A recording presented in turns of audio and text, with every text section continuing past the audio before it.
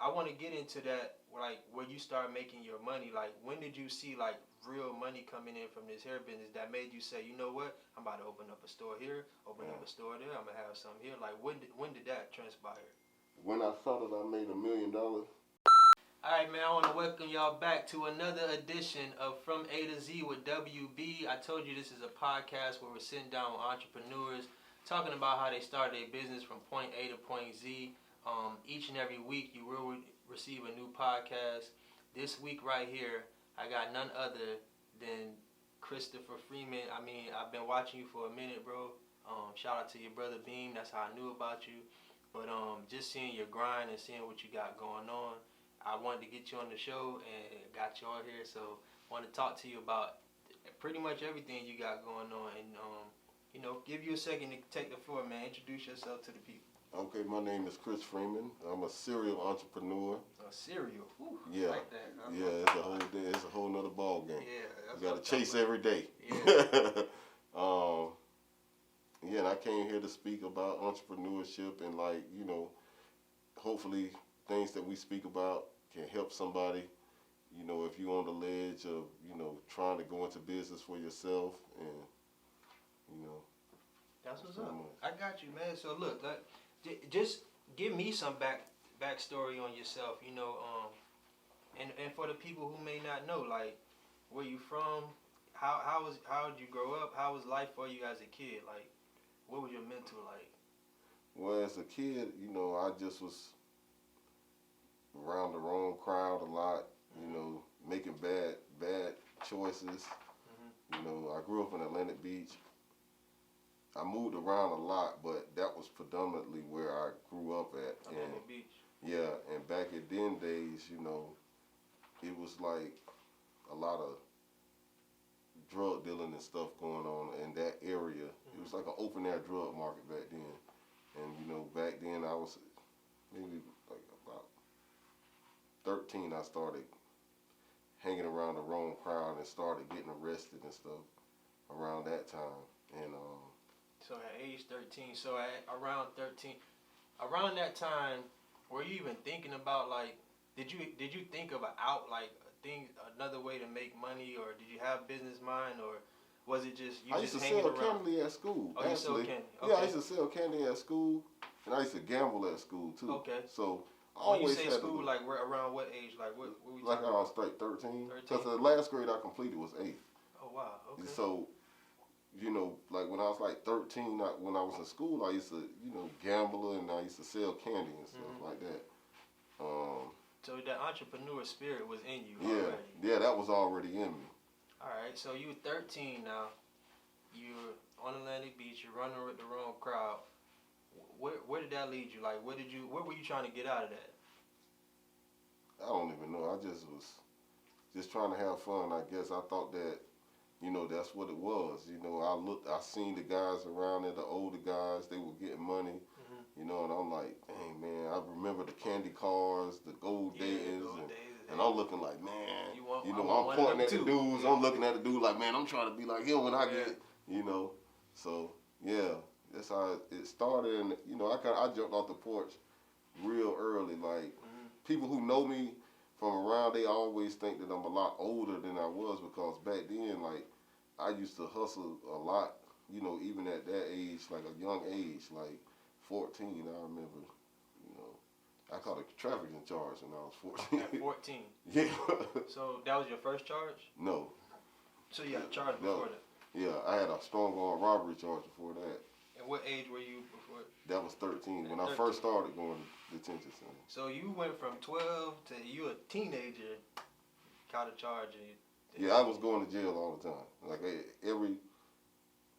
all the way until I went to prison.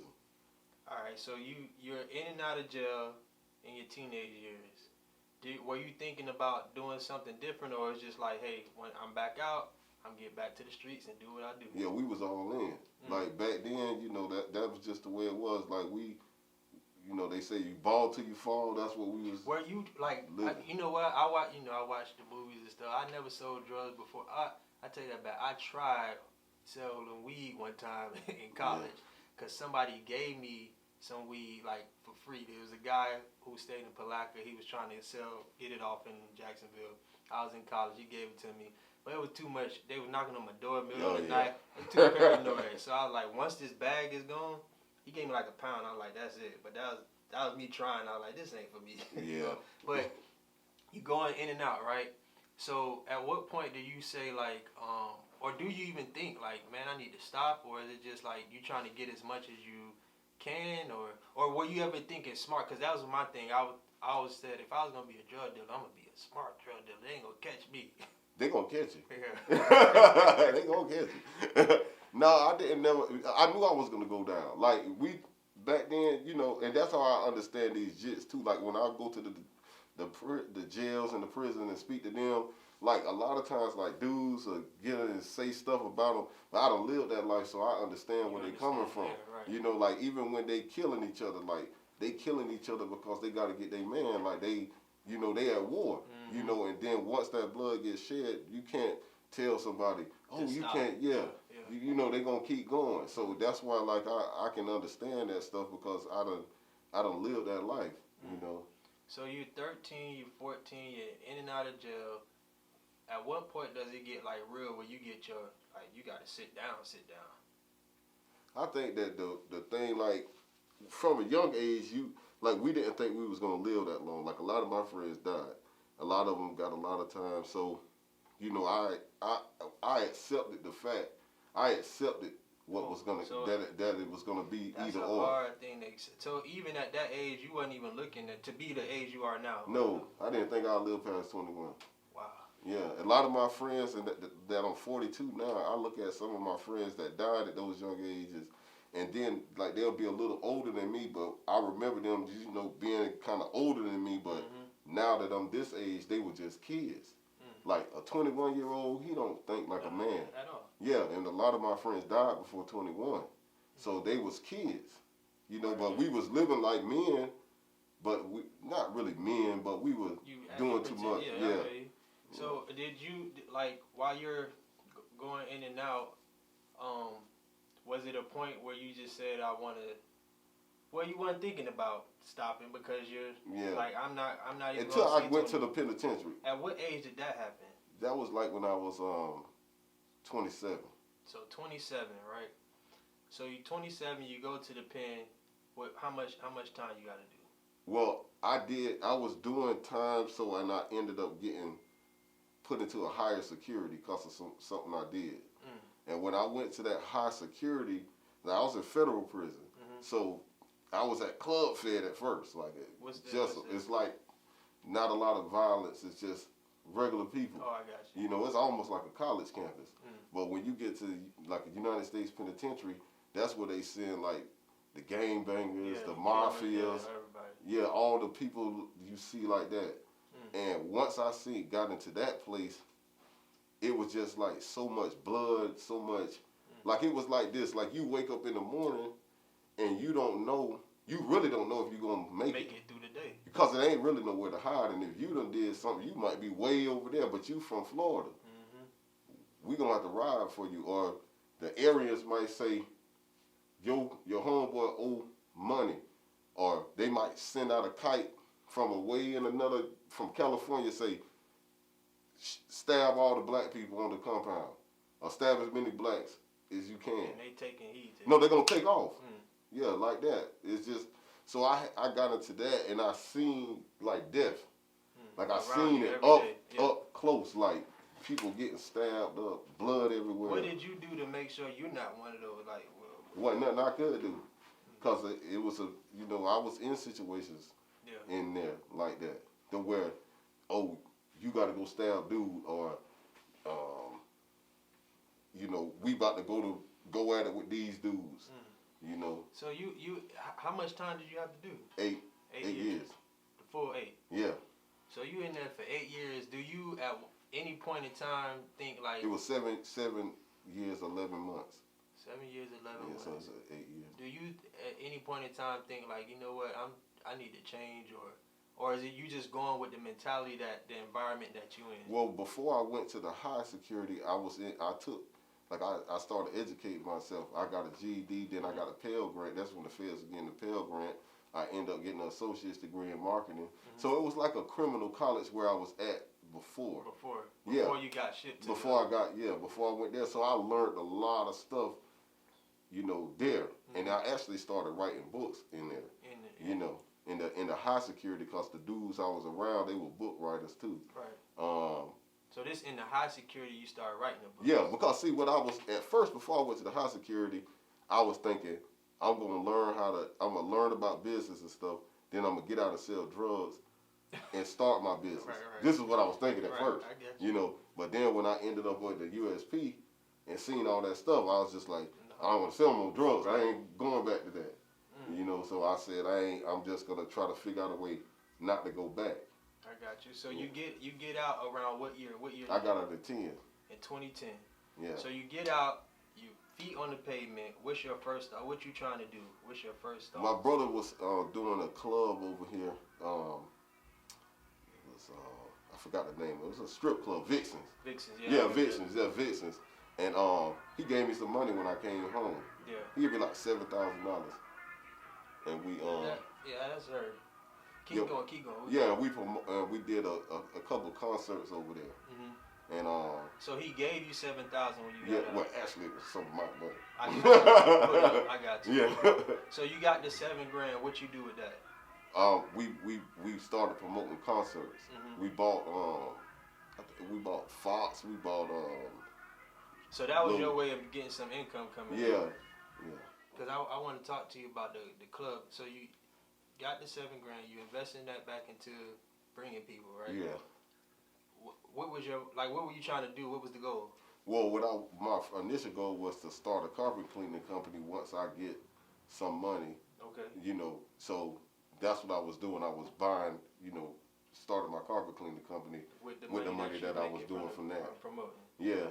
At that time, did you ever think about going back into the streets? No, I wasn't going back to the streets. At all. Like, I seen too much blood. There wasn't no way I was going back. Because I know that the feds was going to put me back in. Mm-hmm. You know, it ain't no need of me trying them because I know they're going to be watching. Was it anybody out, like, around that was anybody alive that you was associated with that you made?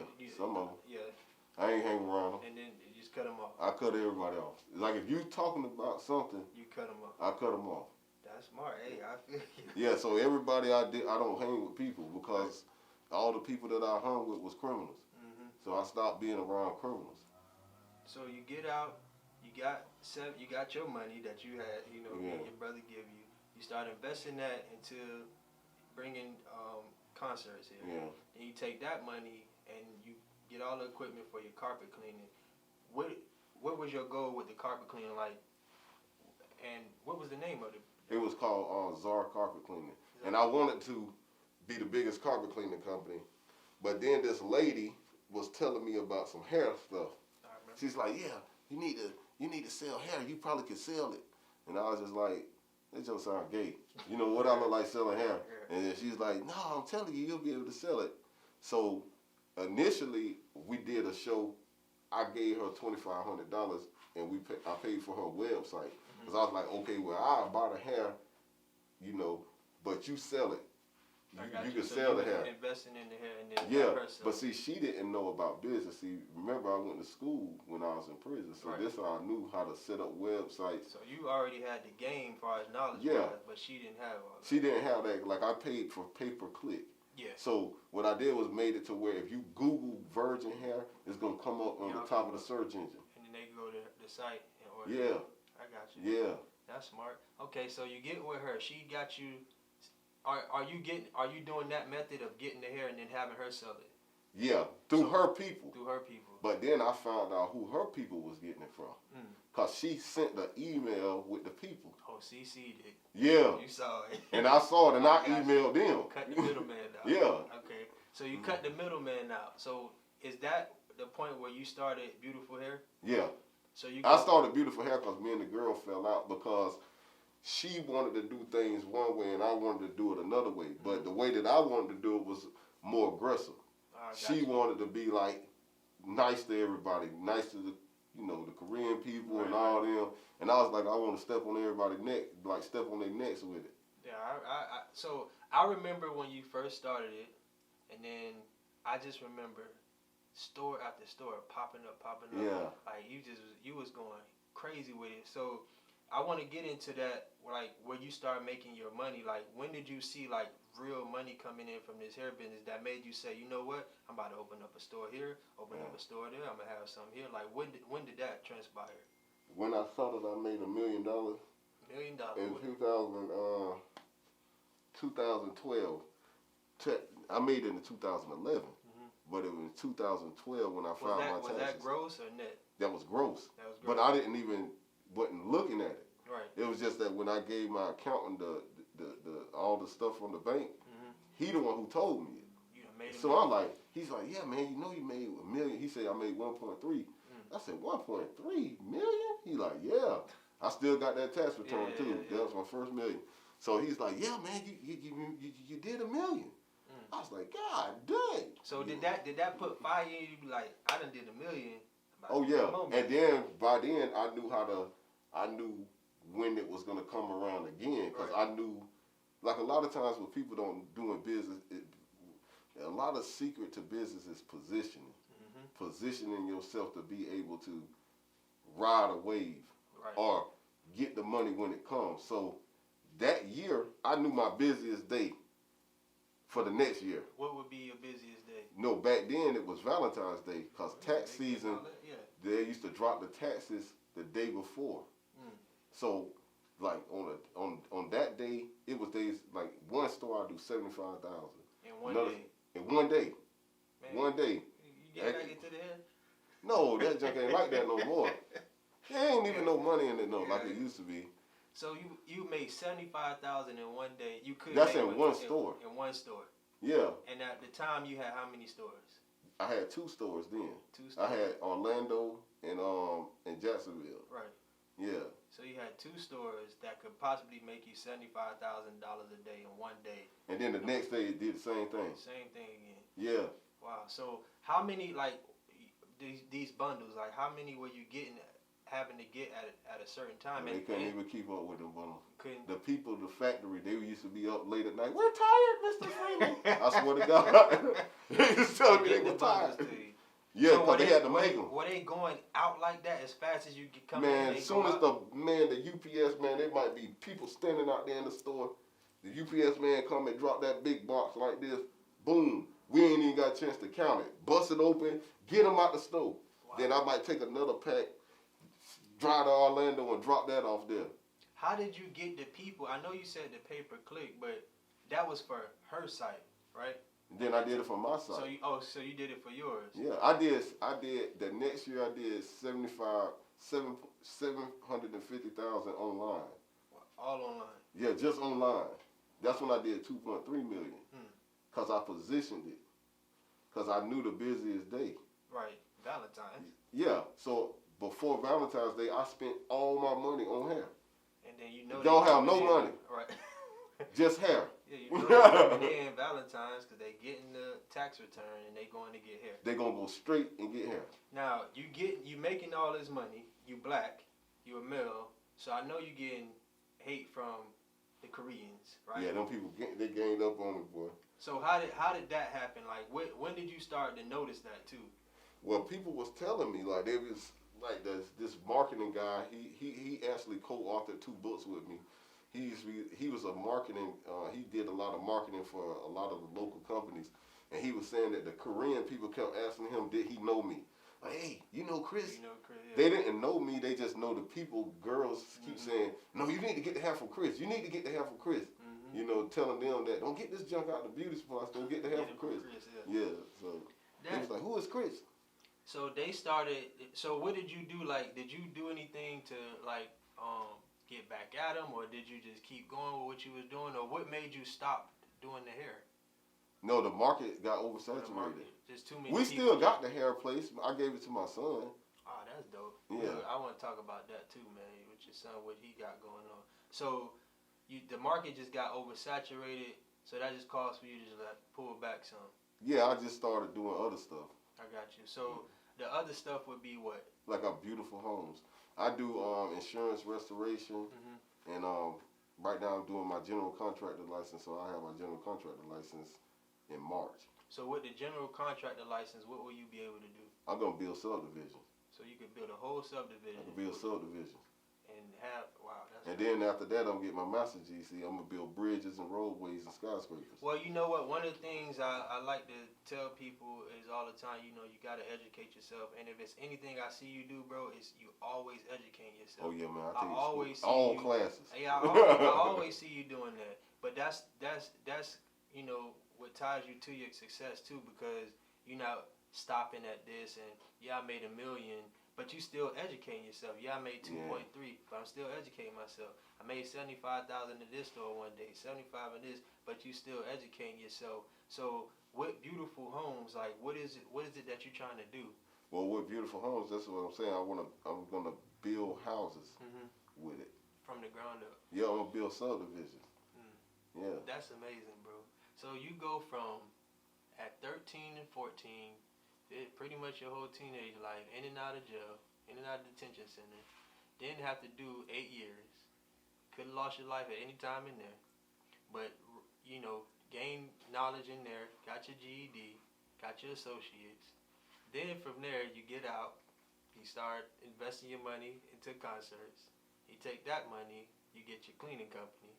Yeah. Then from the cleaning company, you can link up with somebody who's doing the hair. But you cut them out because you find the middle, you find the connect. Yeah. Then from there, you open up your own chain of stores that led you to the homes. What made you even think, because those are 3 totally different fields. Carpet cleaning, hair. See, that's the difference. That's the thing about being educated. Because educated allows you to be an entrepreneur. Right. Because if anything you put in front of me, if I want to do it, I can easily do it because I'm educated. Because not only did I get an associate's degree, I read thousands of books too. Right.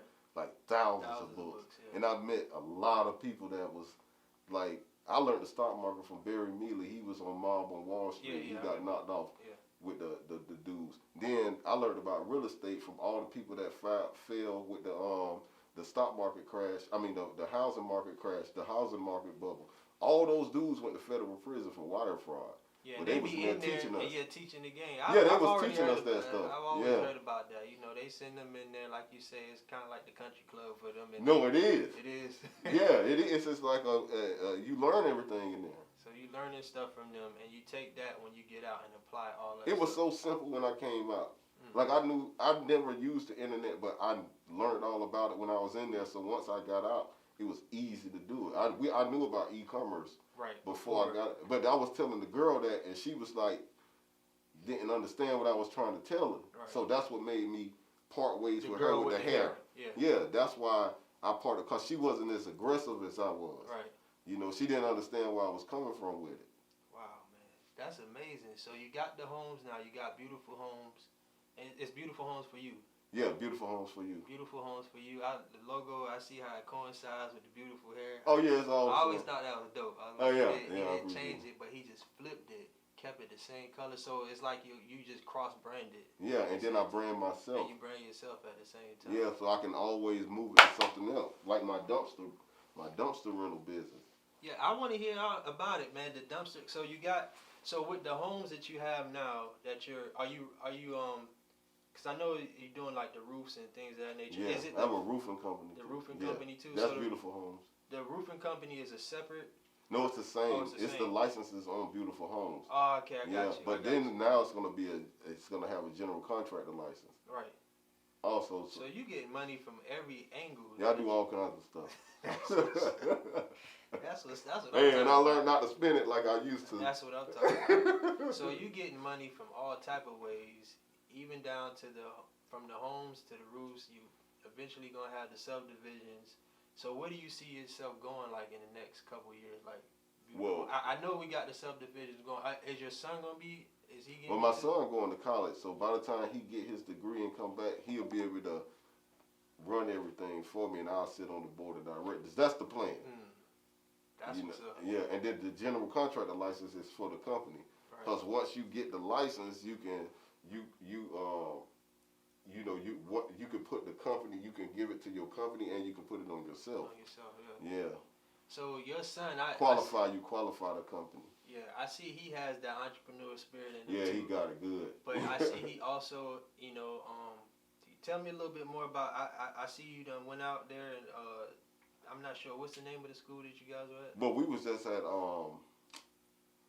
Concord at West Virginia. Yeah, Concord. So yeah, he's gonna get a scholarship basically. So yeah, they already gave him an offer. We got like four offers so far. So he has these offers, but he's also understanding. I'm sure he learned from Pops that education is key. That's the whole thing. But he can use his talents to get all that stuff paid for free. Because they gave him a free ride up there. That place there, they offer a free ride. They paying everything. Everything. Yeah. Wow. So he haven't made a choice yet? No, we ain't. We ain't gonna put that out yet. Yeah. He gonna make something. I don't even want to put it out. When we just gonna go. You know what I'm saying? So you got that. So he's gonna be eventually. You're gonna have it to where you're just on the board. Yeah, and then my girls coming up after that. They gonna be up on that after that. That's why we gotta have because after I get my GC license, I can be a master GC after 4 years. So after I do 4 more years, I'll be a master GC. That's when I can do roadways. Do you ever get to a point where you feel like it's like there's enough education, or is it intriguing to you to want? You gotta keep going. Yeah. Because the wealthy man told me East Man is wealthy. Now I seen him. He was like me. He made his first millions early, before he was even 40. He made his first millions, and then he crashed. Just like he was selling phone cards. He made millions. This is like in the 90s. Oh, okay, got you. So he made millions. Then cell phones came in where you could just do the loan. So it just crashed him out. Boy, what you gonna do now? I got you. You know what I'm saying? So he had to find something else to do. But he told me everything. Like he used to tell me, yeah, Chris, the first you gonna go blow all that goddamn money. You gonna do this, and this. And I used to be like, man, I ain't. And it happened. Yeah. And then he said, oh, yeah, but don't worry about it. You'll be able to make it back. And it happened. Yeah. So he told me, he used to keep saying, Chris, I'm in my 50s, see, but he got a 23,000 square foot mansion. So he tell me this, saying, you don't become wealthy really until you're in your 50s. Most men, black men too, don't become wealthy till they're in their 50s. Yeah, because that's when you start seeing now.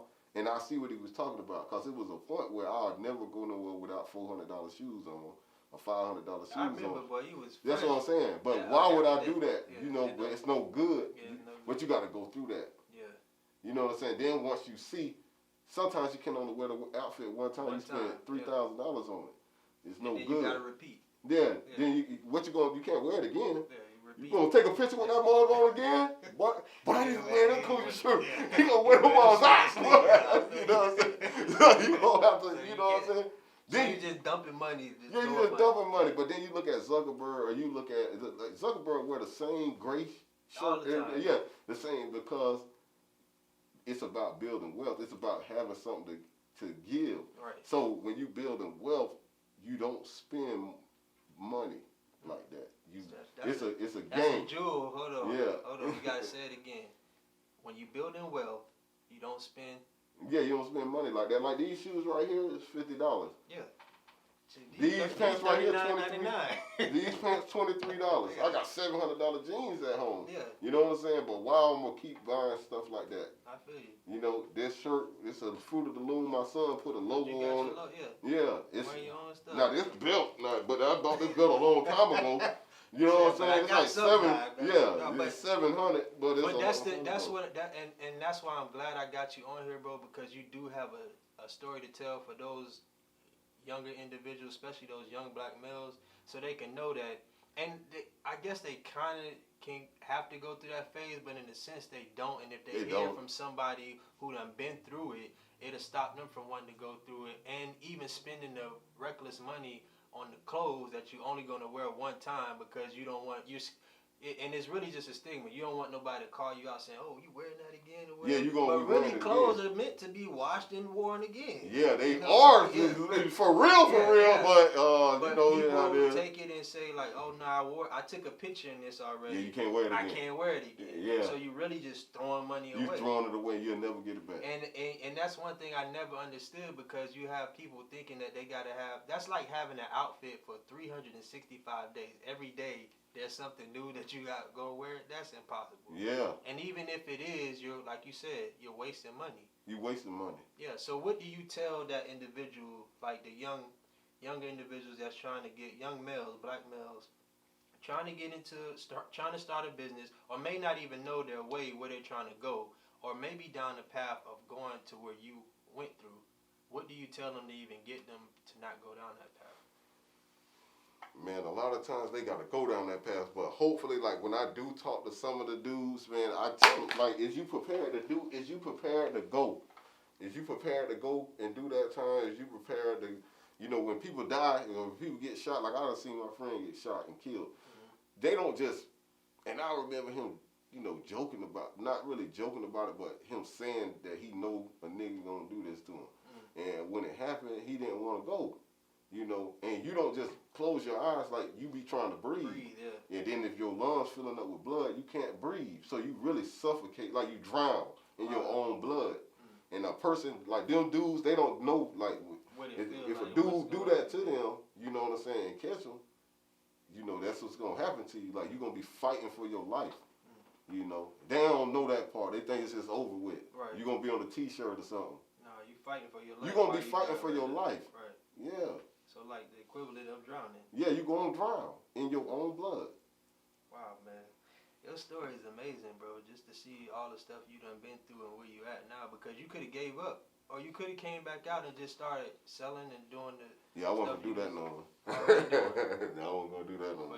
For you to go through all the stuff that you endured, come out, make a couple M's, and repeat and do it again, and then reinvent yourself with a whole nother business, and then even have, and I'm sure your son look up to you. So yeah. What was that? And we're gonna wrap it up in a minute. But was that something that gave you fuel while you were locked up, knowing that you have a son, knowing that you have some seeds looking up to you that you want to do better? Was that? Yeah, of course. Yeah, I wasn't gonna leave my son back out there no more like that. Yeah. Because I remember him like, dang, Dad, you gone for a long time. Like that joke was crazy. He didn't know what was going on. Yeah, he just like, you been gone for a long time. How old was he? He was 8. He was 8. Yeah. Yeah, so he really didn't understand. Nah, when I left, his mama was pregnant. Yeah.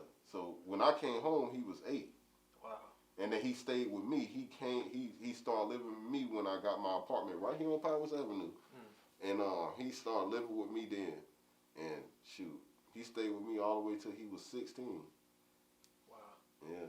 That's what's up, man. That's an amazing story, bro. We're going to wrap this up, man. Yeah. I just want to, this segment here, just, if you can, talk to the camera and give some words of wisdom to some black young men who are trying to get into business, who are trying to, they may not just even know what they want to do just yet, but what could you tell someone who is trying to get, I'm going to tell you another thing I learned, like, I don't just do the black thing, like, I talk to men, because even a white boy, I can see a white boy that's make a bad decision, like, even the ones that stormed the Capitol, like the little 19-year-old, he's still a little boy.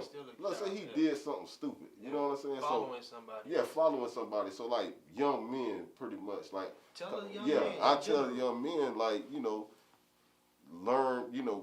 learn as much as you can and keep learning, because that's what gives you options. Like he just said, I do 3 different things in 3 different industries. I could do 10 different things in 10 different industries because I'm educated enough to know, even with the general contracting class, like why it was so easy for me to go in there, and this is the way it's set up. If you got 2 years of education, if you got 4 years of education, it counts as 3 years towards your license because you got to have 4 years of experience. Mm-hmm. But if you got an education, it takes away from your experience. I got you. You see what I'm saying? But to get that license, you basically got to have a college level education because it's going to train you to do something totally different than you ever done.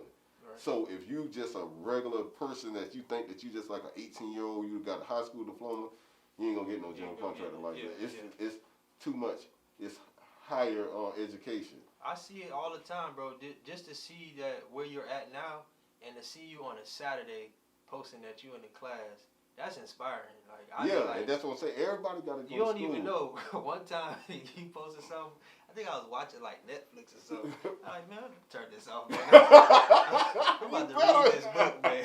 Yeah, you better. better. I was reading on like but you're doing good yourself, man. On entrepreneurship and stuff like that. And I promise, bro, I hopped on Facebook. I see you posted.